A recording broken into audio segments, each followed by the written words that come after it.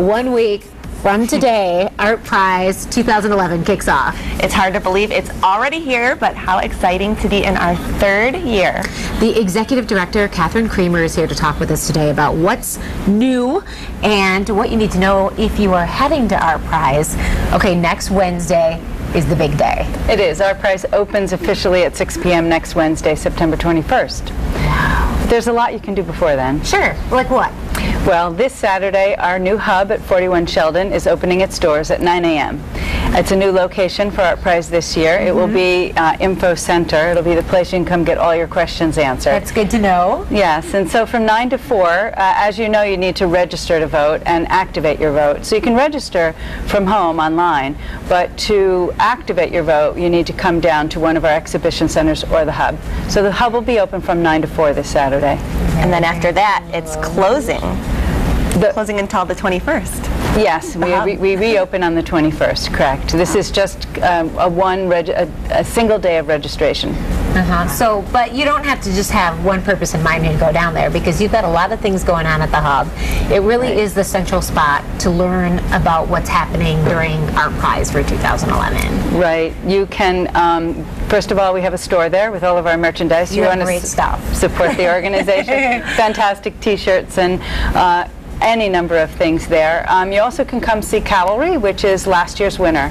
Chris Laporte's piece Cavalry has been remounted and in the public lounge there at the hub.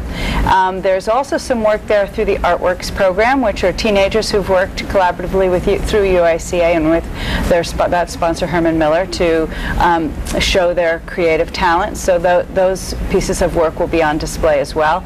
And we have as well at the hub the ability to get our map and guidebook and all the information that you might need to be ready to hit the ground running on Wednesday night.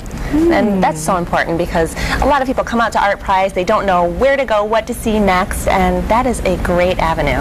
If you get the map and guidebook early, it allows you to look through all of our events. You can read about figure out who is participating, what venues are participating, because we know those change every year. You can go online to artprize.org, look them up.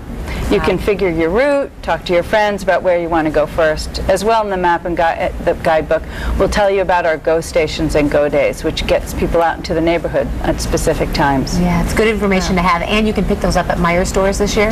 Yes, we have a partnership with Meyer, which is absolutely fantastic. All the way from Traverse City along the whole west side of the state, they will have the map and guidebook available.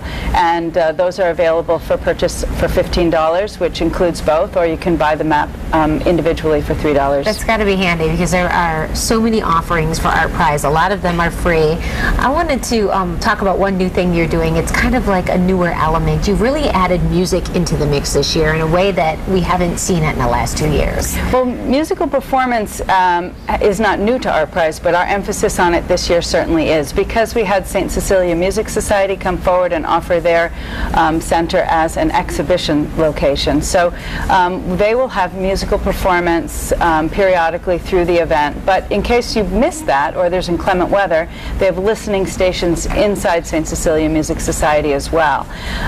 They will also have 2D art there that's musical related. But we also have, like we had last year, the intersection remains a venue, and they will also have listening stations. So it may seem like musical performance is new, but actually it's just an added support from the venues. Now cool. The voting is something that everyone loves, everyone can get involved in, and it's very interactive, but you have a little different twist on it this year. Well, it's still a 3-part setup of registering to vote and then activating it by showing a state-issued ID, and then once September 21st at 6 p.m. comes, engaging by voting itself. But what we do have is a new application for the Droid. We have had an iPhone app before, but this will help people engage more easily with that through that mechanism. Yeah, and a top 25 by neighborhood? Right, that's an exciting thing that will be posted on artprize.org. We really want to support the neighborhoods, as the venues are spread all over Grand Rapids, not only in Center City. So we'll have the top 25 by neighborhood dynamically posted on artprize.org. So at any given time, you can go there and see what people are talking about, and see where you need to go. That's great too, because if you want to head out to the west side and see some of those places, you might might want to know what are some really hot things there, even though you might be unfamiliar with the area. So that's a great ad, Catherine. Right, and we'll have ArtPrize will have stations out there called Go Stations where you can get a little more information about the neighborhood if you're unfamiliar with it. Any questions you might have answered. And there's bits of games out there as well. So if you go out and you see a certain amount of art and get your map stickered, you can come back and win ArtPrize merchandise. Sounds like a blast. Okay, the countdown's on. It is. 7 days to away. go. We're ready for it, aren't we? I'm ready. Thank you so much. A lot of exciting things going on for this year. Yeah. Thank you. We'll be right back. This is 8 West.